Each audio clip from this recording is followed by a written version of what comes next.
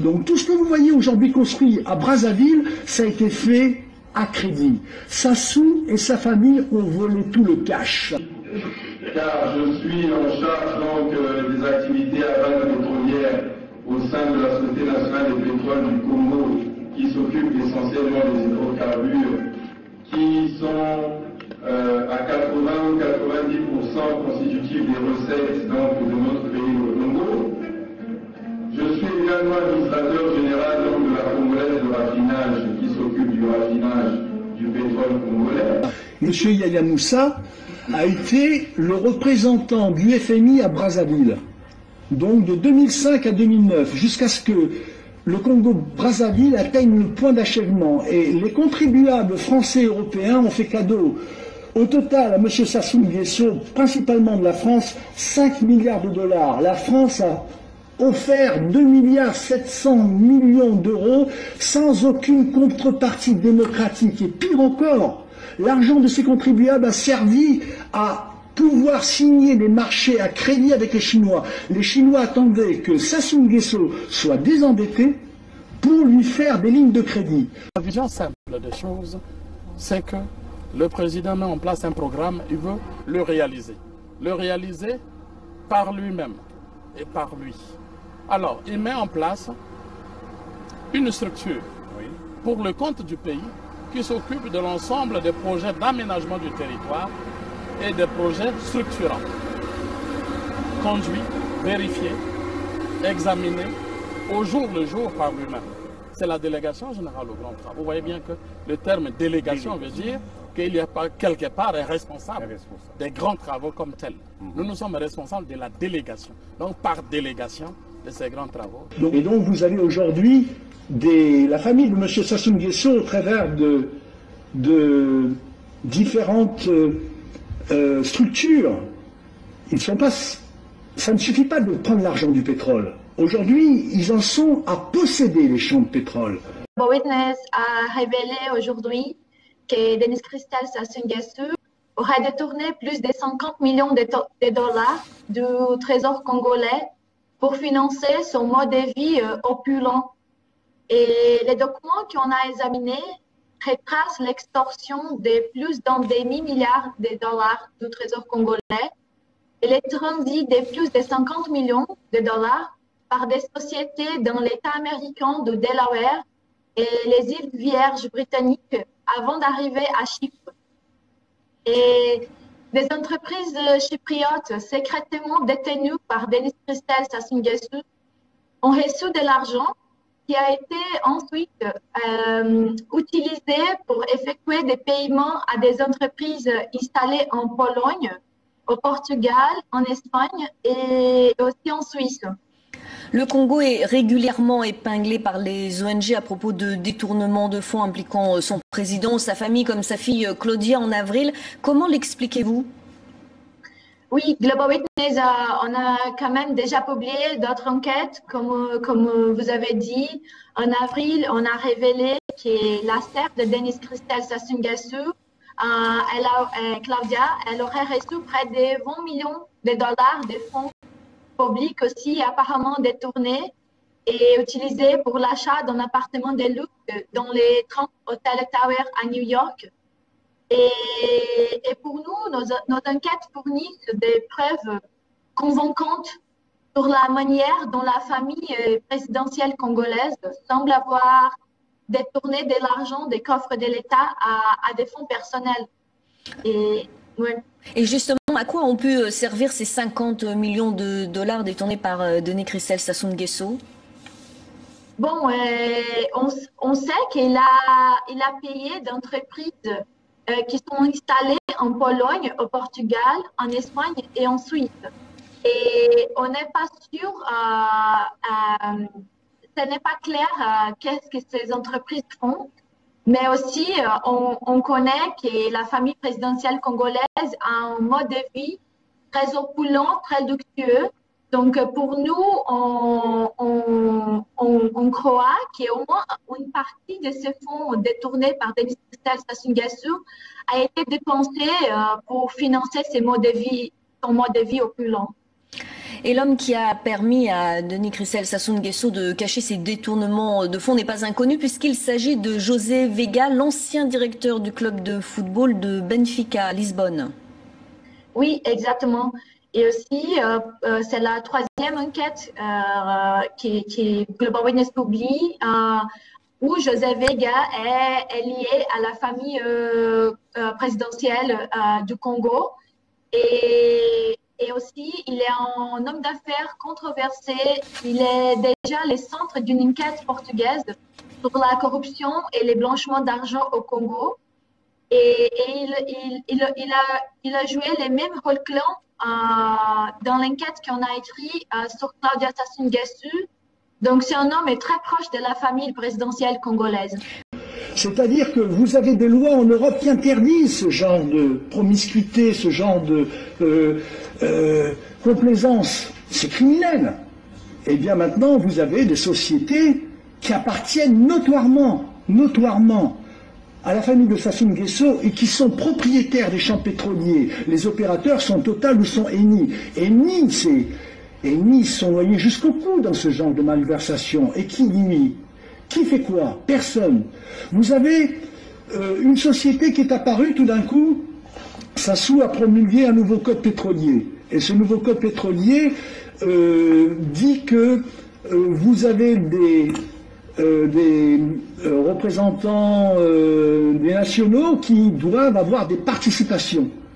Et donc, par exemple, maintenant, vous avez une société qui s'appelle Continent avec un K. Cette société est représentée par M. Yaya Moussa. M. Yaya Moussa a été le représentant du FMI à Brazzaville. Donc de 2005 à 2009, jusqu'à ce que le Congo-Brazzaville atteigne le point d'achèvement. Et les contribuables français et européens ont fait cadeau au total à M. Sassou Nguesso, principalement de la France, 5 milliards de dollars. La France a offert 2,7 milliards d'euros sans aucune contrepartie démocratique. Et pire encore, l'argent de ces contribuables a servi à pouvoir signer des marchés à crédit avec les Chinois. Les Chinois attendaient que Sassou Nguesso soit désendetté pour lui faire des lignes de crédit. Donc tout ce que vous voyez aujourd'hui construit à Brazzaville, ça a été fait à crédit. Sassou et sa famille ont volé tout le cash. Et écraser l'argent des générations futures. Mais c'est bien ça, les générations futures. Mais là aussi, où va l'argent des générations futures?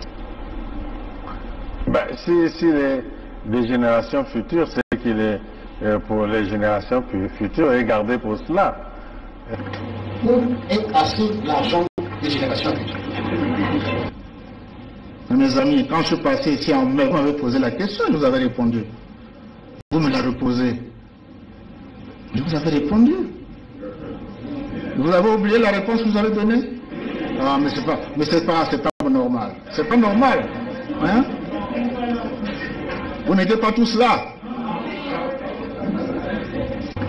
Pour écraser l'argent des générations futures. Mes amis, quand je suis passé ici en mai, vous m'avez posé la question, je vous avais répondu. Vous me la reposez. Je vous avais répondu. Vous avez oublié la réponse que vous avez donnée? Ah, mais c'est pas normal. C'est pas normal. Hein? Le plan nous a prescrit de dire la vérité. Rien que la vérité. Mais nous sommes des dirigeants des États. Aucun État au monde ne veut dire la vérité sur tout. Notre autorité nationale est consciente de ce phénomène. Conscient que ça nous gêne, ce problème nous gêne. Lors des discussions avec le Fonds monétaire international, avez-vous parlé des prêts que le Congo a accordés à certains pays africains? Journaliste, si vous êtes congolais, lorsque nous avons eu effectivement un peu d'embellie financière, oui, nous avons aidé des pays. Donc, le Congo n'a pas à rougir de ça. Nous sommes un pays solidaire avec des frères qui sont en difficulté à cette époque-là. Nous l'avons posé les actes, mais je veux dire que la dette se paye. Et le Congo est prêt à recommencer un jour s'il avait les moyens de soutenir les autres pays en difficulté.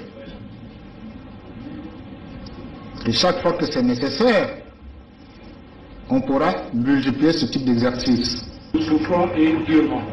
Mais il y a problèmes dont vous ne parlez toujours pas, dans les atouts et faiblesses de notre économie, c'est celui de la corruption. Monsieur le Premier ministre, qu'est-ce qu'il en est? Quelle est la réalité que vous maîtrisez à ce sujet? Je vous ai dit tout à l'heure que quand le Fonds monétaire est arrivé, ils avaient, s'il vous plaît, dans leur feuille de route, ils voulaient s'occuper de la gouvernance et de la dette. Dans la gouvernance, y compris la corruption. Ils ont rencontré notre ministre de la Justice. Vous voyez? Ils ont parlé de corruption. Comment nous sommes organisés? Blanchiment d'argent. Pour faire court, nous avons tous les organes sont créés. Ils ont dit Congo, félicitations. Mais quels sont les résultats de fonctionnement de ces organes? C'est la question qui nous a été posée. Dans le blanchiment d'argent, combien de déclarations de soupçon, c'est-à-dire les gens qu'on soupçonne d'avoir blanchi? La statistique, combien de gens sont allés en prison? Vous voyez? Et tout le monde, il y a des gens qui sont au courant. Mais qui est au courant? Ce sont les dirigeants de l'Europe, les dirigeants de certains pays européens, les dirigeants de la France, bien entendu. Et c'est un scandale monumental. Donc, vous avez réuni, monsieur le député, cette réunion pour jeter un petit faisceau de lumière sur le Congo. Alors, s'il vous plaît, monsieur le député, continuez. Parce que le Congo, ce n'est pas une réunion de 2 heures ou de 3 heures qui sera nécessaire. C'est des jours entiers, parce que la liste des crimes, elle est longue. L'avenue d'Embouchi. L'avenue d'Embouchi. L'avenue d'Embouchi. Ça ne pouvait pas s'allier avec les Souba pour que nos amis de Luanda se croisent les bras. Donc nous avons obtenu un appui matériel de Luanda qui nous a permis d'aller vers la fin de la guerre. Mais je dois dire que cet appui, nous l'avons obtenu début octobre 97, mais la guerre avait commencé le 5 juin 97. Et les armes venaient d'où alors? Comment elles étaient acheminées? Ah, ça, comment? Il y a les airs, il y a les mers, il y a les routes. Pour partir de Luanda au Congo, je crois qu'on n'a pas besoin d'un miracle, non? C'est un grand État qui a des avions, qui a des bateaux, comment puis-je vous dire? Par quel chemin seraient passées ces armes pour arriver? Mais ils sont arrivés.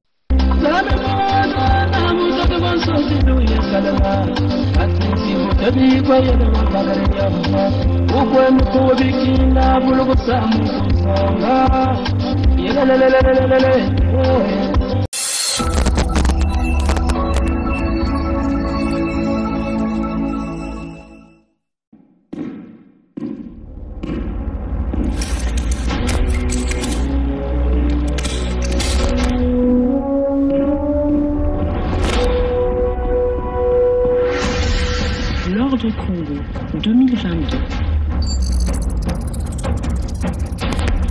L'Ordre Congo 2022. Et maintenant nous, au service de la Fédération Congo. L'Ordre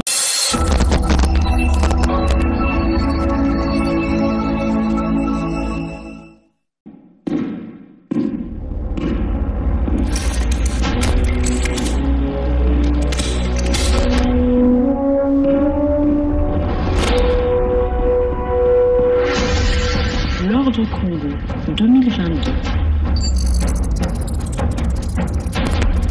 L'Ordre Congo 2022. Et maintenant nous, au service de la Fédération Congo. L'Ordre Congo 2022. Avançons, avançons vers la victoire. Avançons, avançons vers la victoire. Venez nous rejoindre, venez nous rejoindre. L'Ordre Congo 2022.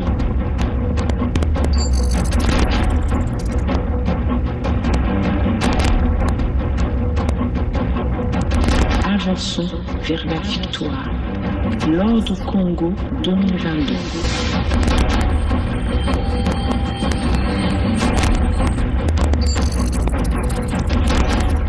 Et maintenons-nous au service de la Fédération Congo. Venez nous rejoindre. L'Ordre Congo 2022.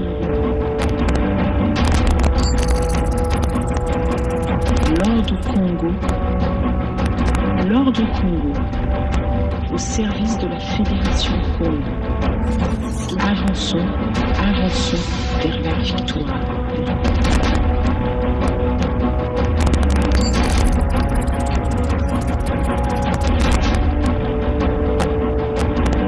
L'Ordre Congo 2022.